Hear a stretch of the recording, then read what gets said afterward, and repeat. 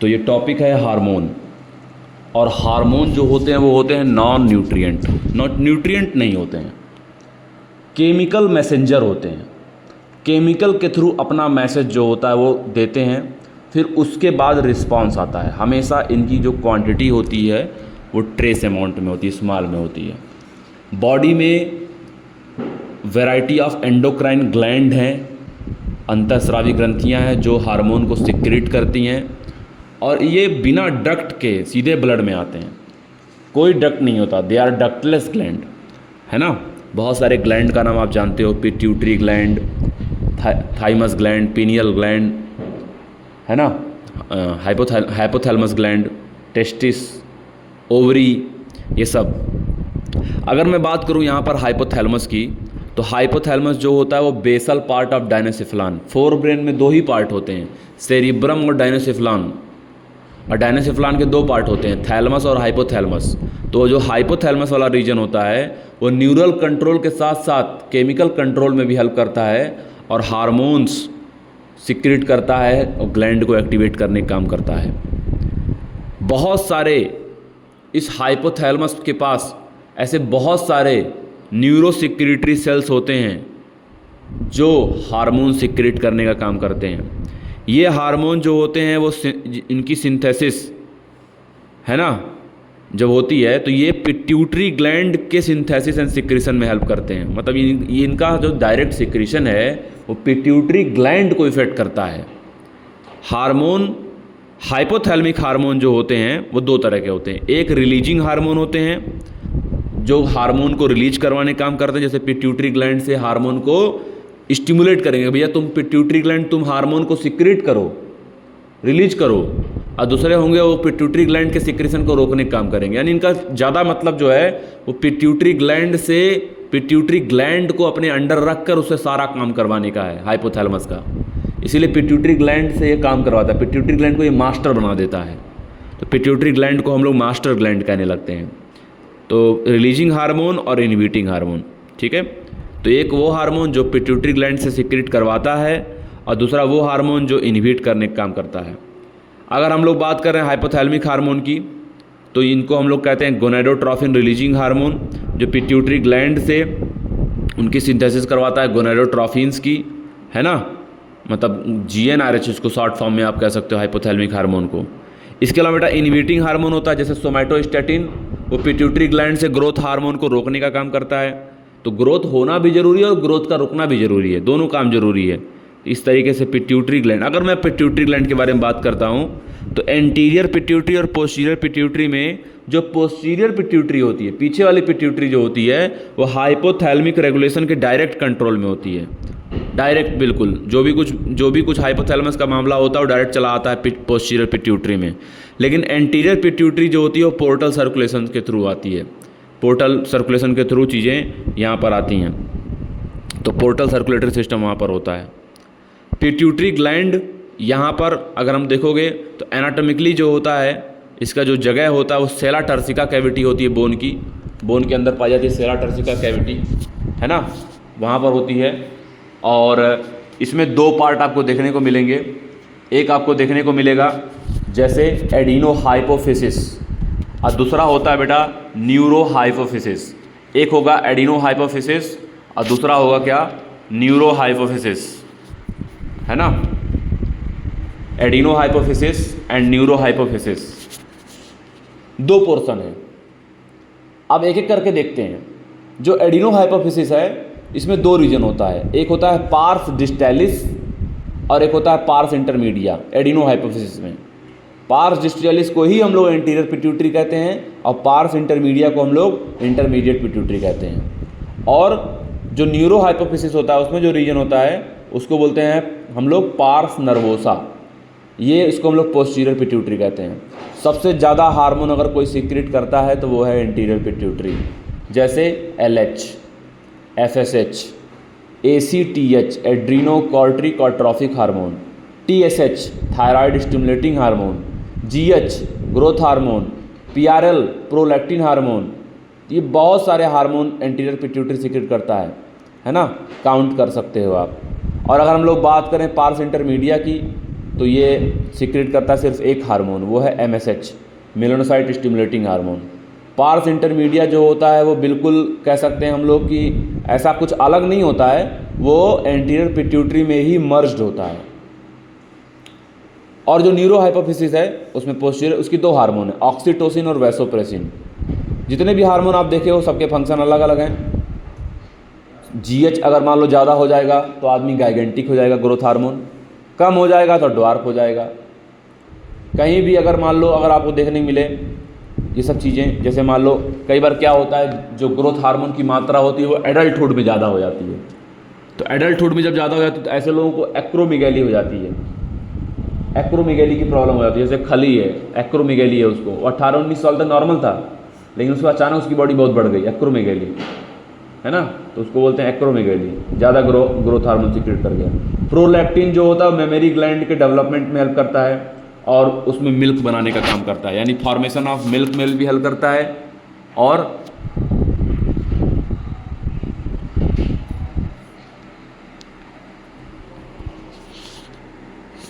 Formation of milk और growth of memory gland, 2 बातें। PRL, LH, FSH इसका जो रोल है वो डायरेक्ट टेस्टिस और ओवरी पे पड़ता है। इसका काम स्पर्मेटोजेनेसिस ओजेनेसिस में होता है। ये दोनों जो होते हैं LH FSH ये जाते हैं टेस्टिस में भी काम करते हैं, ओवरी में भी काम करते हैं। टेस्टोस्टेरोन और वहाँ एस्ट्रोजन प्रोजेस्टेरॉन हर जगह एक्टिवेट करने का काम करते हैं। थायराइड स्टिमुलेटिंग हार्मोन थायराइड को एक्टिवेट करने का काम करता है। LH FSH को मिलाकर बेटा हम लोग कहते हैं गोनेडोट्रोफिन्स, है ना, गोनेडोट्रोफिन। LH जो होता है वो एंड्रोजन्स को सिक्रेट करवाता है टेस्टिस से, और FSH जो होता है वो स्पर्मेटोजेनेसिस में हेल्प करता है। अगर फीमेल में बात करें तो फीमेल में LH जो होता है ओव्यूलेशन काज करता है, LH सर्ज में हेल्प करता है ना, और LH जो होता है वो कार्पस ल्यूटियम को मेंटेन करने का काम करता है। FSH जो होता है वो फॉलिकल को ग्रो करवाने में हेल्प करता है। तो इस तरीके से यहाँ पर रोल प्ले करते हैं। पिट्यूटरी ग्लैंड, ऑक्सीटोसिन और वैसोप्रेसिन जो पोस्टीरियर पिट्यूटरी वाले हैं, और MSH जो इंटरमीडिएट पिट्यूटरी का है। MSH जो होता है वो मेलानिन सीक्रेट करवाता है मेलानोसाइट से, इसका नाम है मेलानोसाइट स्टिमुलेटिंग हार्मोन। याद रखिएगा मेलानिन का रोल होता है बेटा पिगमेंटेशन, स्किन की जो पिगमेंटेशन होती है वो MSH मेलानिन की वजह से होती है, और MSH ही जो होता है वो मेलानिन सीक्रेट करवाता है मेलानोसाइट से। यानी MSH काम करेगा मेलानोसाइट से, तब मेलानोसाइट सीक्रेट करेगा मेलानिन।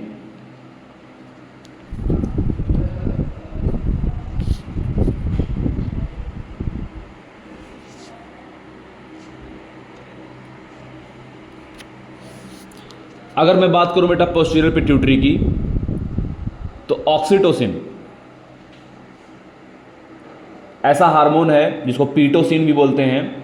ये हमारे स्मूथ मसल्स पे काम करता है, उनका कॉन्ट्रैक्शन कॉज करता है। फीमेल में जब चाइल्ड बर्थ के टाइम में विग्रस कॉन्ट्रैक्शन करने का काम करता है, और फीमेल में ही मिल्क के इजैकुलेशन में हेल्प करता है। और वैसोप्रेसिन जो होता है वो किडनी पे काम करता है और वाटर के रीएब्जॉर्प्शन में हेल्प करता है। याद रखिएगा, वैसोप्रेसिन पानी को रीएब्जॉर्ब करके बॉडी को डाईयूरेसिस से बचाता है, यानी लॉस ऑफ वाटर है ना, लॉस ऑफ वाटर को बोलते हैं डायूरेसिस। तो ये हार्मोन कहलाएगा एंटी डायूरेटिक हार्मोन, ADH कहलाएगा।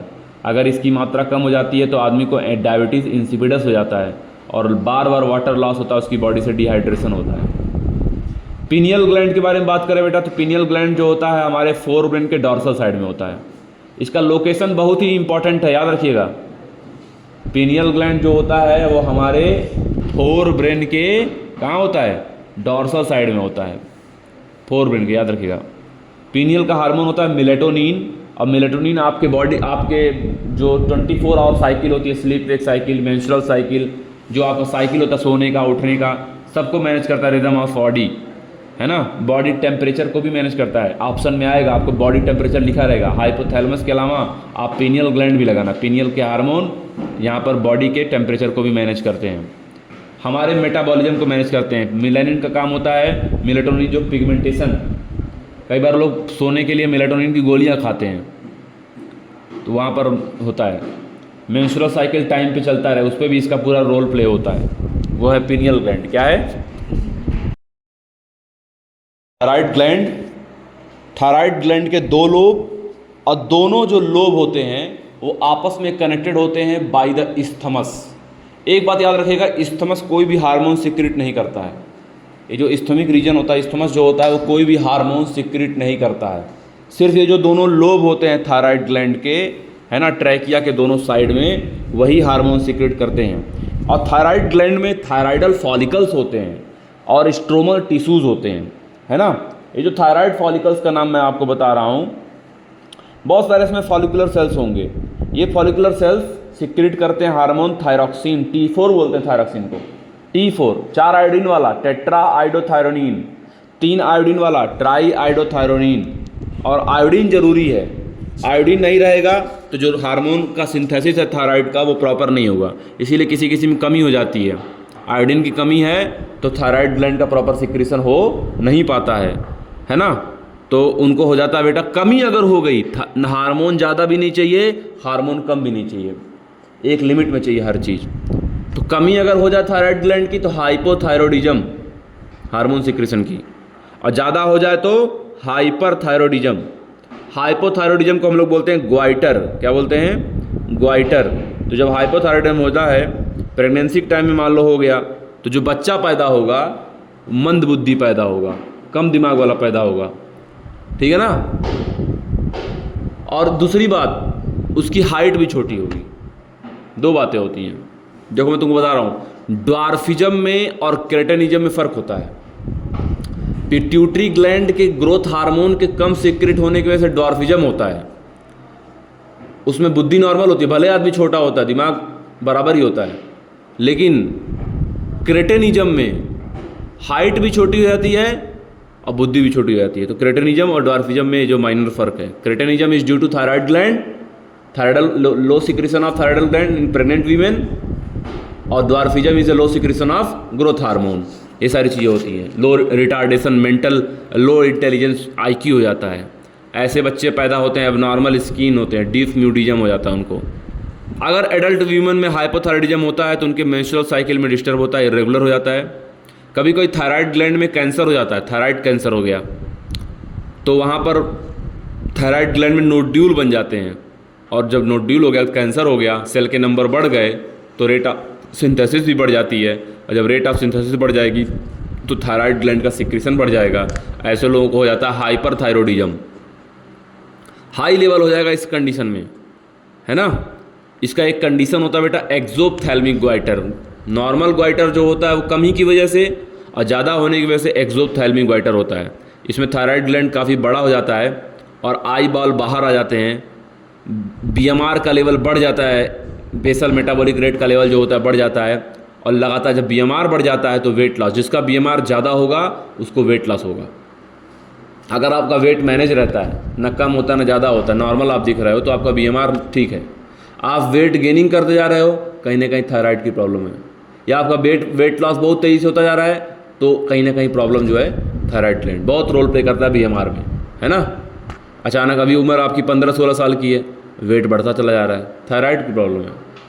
लड़कियों में, लड़कों में प्रॉब्लम जल्दी देखने नहीं मिलती थायराइड की, लड़कियों में, औरतों में ये प्रॉब्लम आपको थायराइड की देखने को मिलेगी। इसको ग्रेव डिजीज बोलते हैं। ऐसे लड़कियां एकदम दुबली पत्ती होती जाएंगी, वेट लॉस लगातार उनका होता जाएगा, आई बाल बाहर होता जाएगा, BMR उनका इंक्रीज हो जाएगा, तो ये प्रॉब्लम वो देखने को मिलती है। तो थायराइड के हार्मोन बेटा BMR में काफ़ी ज़्यादा रोल प्ले करते हैं, मेटाबॉलिज्म में रोल प्ले करते हैं, कार्बोहाइड्रेट, प्रोटीन, फैट, सबके, वाटर, इलेक्ट्रोलाइट के बैलेंस में हेल्प करते हैं। और इसका एक और हार्मोन होता है बेटा थायराइड ग्लैंड का, जिसको हम लोग बोलते हैं TCT, थायरोकैल्सिटोनिन। ये क्या करता है, हमारे ब्लड में मौजूद कैल्शियम को बोन में ले जाकर फिक्स करता है। तो ब्लड से कैल्शियम लेवल को कम करता है और बोन में फिक्स कराता है। इसको हाइपोकैल्सेमिक हार्मोन भी बोलते हैं, यानी ब्लड और बोन के बीच में कैल्शियम के लेवल को मेंटेन करने का काम करता है। और दूसरा ग्लैंड होता है पैराथायराइड ग्लैंड, PTH। हर थायराइड ग्लैंड के लोब में, यानी अगर हम लोग बात करें, हर थायराइड ग्लैंड के लोब में 4 पैराथायराइड ग्लैंड पाए जाते हैं, 4 लोब पाए जाते हैं, है ना, हर नहीं मतलब 2 थायराइड ग्लैंड के लोब होते हैं, तो हर एक में 2 हो गए, टोटल कितने हो गए 4। तो टोटल लोब जो हो गए 4 लोब हो गए, 2 लोब, हर थायराइड ग्लैंड में 2 लोब, 2 लोब उसके होते हैं थायराइड के, तो 2 2 4, तो 4 स्वेलिंग्स यहाँ पे देखने को मिलेगी। पैराथायराइड ग्लैंड का जो हार्मोन है वो है PTH, पैराथ हार्मोन, और इसका काम होता है कि बोन से ब्लड में कैल्शियम की कमी ना होने देना, ब्लड में कैल्शियम लेवल को मेंटेन रखना, इसका मेन काम ये है, ठीक है। तो ब्लड में कैल्शियम लेवल को क्या करता है, ये मेंटेन करने का काम करता है, भले ही बोन को ब्रेक करना पड़े, इसलिए बोन ब्रेकिंग हार्मोन बोलते हैं इसको। क्या बोलते हैं, बोन ब्रेकिंग हार्मोन। तो एक बढ़ाता है बोन में लेवल कैल्शियम का TCT, और ये बोन में कैल्शियम लेवल को क्या करता है, कम करने का काम करता है। तो ये दोनों जो होते हैं एक दूसरे के एंटागोनिस्टिक फंक्शन में होते हैं, है ना। जब एकदम जस्ट अपोजिट काम करने लगे तो इसको बोलते हैं क्या, बोन ब्रेकिंग हार्मोन, है ना। तो एंटागोनिस्टिक होते हैं, तो ये चीज़ देखने को मिलती है बेटा। और इसको आप चूँकि ये ब्लड में कैल्शियम लेवल को बढ़ा रहा है, तो इसको आप हाइपर कैल्शियमिक हार्मोन भी बोल सकते हो, ठीक है। और तीसरा फिर ग्लैंड है थाइमस। थाइमस का लोकेशन इंपॉर्टेंट है, ये इन बिटवीन द लंग के बिटवीन में, बिहाइंड द स्टेरनम और एओर्टा के वेंट्रल साइड में वो देखने को मिलता है। थाइमस का हार्मोन होता है थाइमोसिन, आपके इम्यून सिस्टम के डेवलपमेंट में हेल्प करता है। और इसका हार्मोन प्रोटीनेसिस हार्मोन, पिट्यूटरी ग्लैंड के सारे हार्मोन प्रोटीनेसिस होते हैं, सारे हार्मोन थाइमस ग्लैंड के भी प्रोटीनेसिस होते हैं, अभी आगे चल के हम लोग देखते हैं। और थाइमोसिन जो हार्मोन है, थाइमोसिन जो आपका हार्मोन है, ये T लिम्फोसाइट्स जो कि B लिम्फोसाइट्स की मदद करता है एंटीबॉडी बनाने में, और आपकी बॉडी में सेल मेडिएटेड इम्यूनिटी को डेवलप करता है।